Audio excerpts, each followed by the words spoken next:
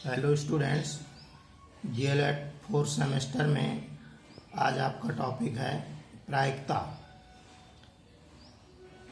देखिए, प्रायिकता की जो उत्पत्ति है तो ये माना जाता है कि जुए के खेल से हुई थी। फिर भी इसका व्यापक प्रयोग भौतिक विज्ञान, वाणिज्य, जैविक विज्ञान, आयुर्विज्ञान, मौसम का पूर्वानुमान आदि क्षेत्रों में हो रहा है। प्रायिकता संभावना और अनुमान पर आधारित होती है। प्रायिकता की संकल्पना का विकास एक आवश्यक ढंग से हुआ था।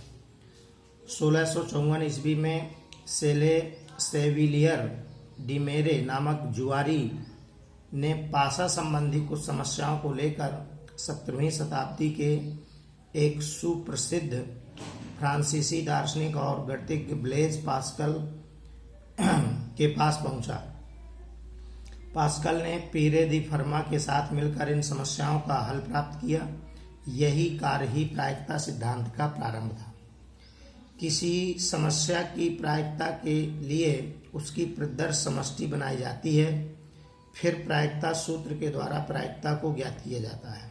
देखिए, ये प्रायिकता का मूल फार्मूला होता है कि किसी भी घटना की प्रायिकता ज्ञात करना हो तो पहले उस घटना के अनुकूल परिणाम ढूंढे जाते हैं और उसमें कुल परिणामों का भाग कर दिया जाता है।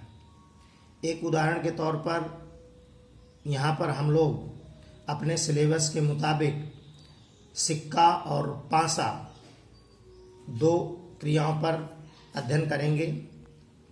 किसी सिक्के के उछालने पर शीर्ष या पूंछ के ऊपर आने की संभावना का बोध देखेंगे हम। सिक्के में चूंकि दो ही पृष्ठ होते हैं, एक को हेड और दूसरे को टेल कहते हैं। तो देखिए, अगर सिक्के की प्रदर्श समष्टि बनाई जाए तो उसमें दो ही केस हैं, एच और टी। इसलिए सिक्के में एच ऊपर आने की जो प्रायिकता बनेगी वो 1/2 होगी, क्योंकि इसके अनुकूल केस केवल एक है। एच केवल एक होता है सिक्के में और कुल 2 होते हैं। इसी प्रकार सिक्के में टी ऊपर आने की जो प्रायिकता होगी वो भी 1/2 होगी। इस प्रकार किसी सिक्के को उछालने पर शीर्ष या पूंछ के ऊपर आने की जो संभावना होती है वो समान होती है। यही चीज अब आप पासे में देखेंगे।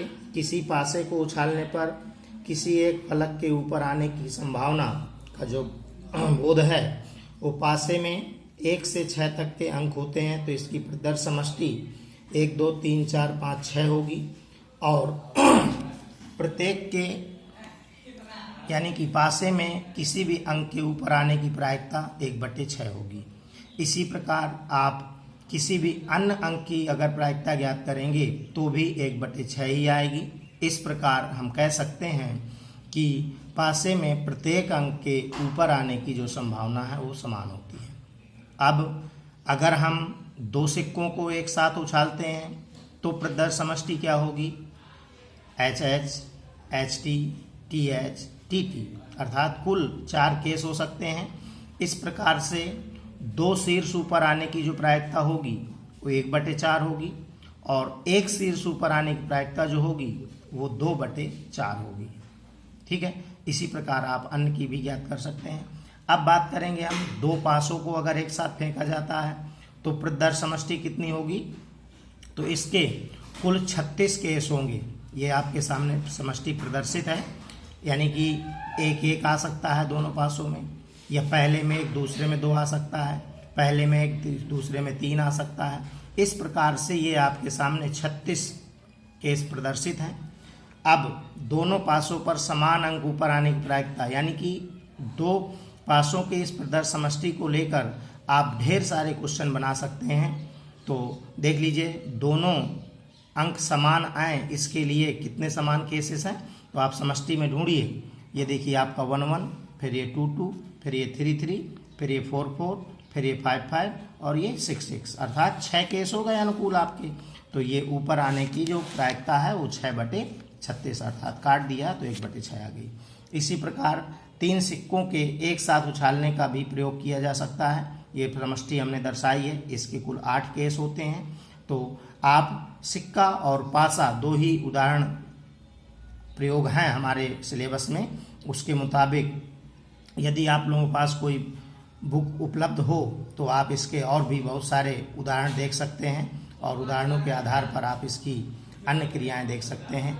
इसमें समझाने के लिए तो बहुत कुछ होता है, लेकिन अब वीडियो के माध्यम से इतना ही दे पा रहे हैं। और देखिए दैनिक जीवन में इसका संबंध क्या है, संभावनाओं का प्रायिकता का, तो वह लिखा है हमने, संभावनाओं का दैनिक जीवन से बड़ा गहरा संबंध है।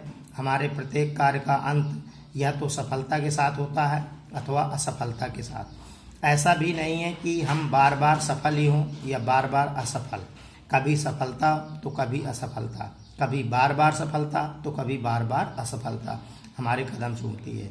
किसी घटना के बारे में निश्चितता से नहीं कहा जा सकता कि ये सत्य ही होगी। अर्थात प्रायिकता एक संभावना पर से संबंधित खेल होता है, जिसको आप यहाँ पर समझेंगे। अगर आपके पास बुक उपलब्ध हो तो आप उसके माध्यम से इसके कुछ उदाहरण देख लीजिएगा, उदाहरणों में आपको समझ में आ जाएगा। ओके, धन्यवाद।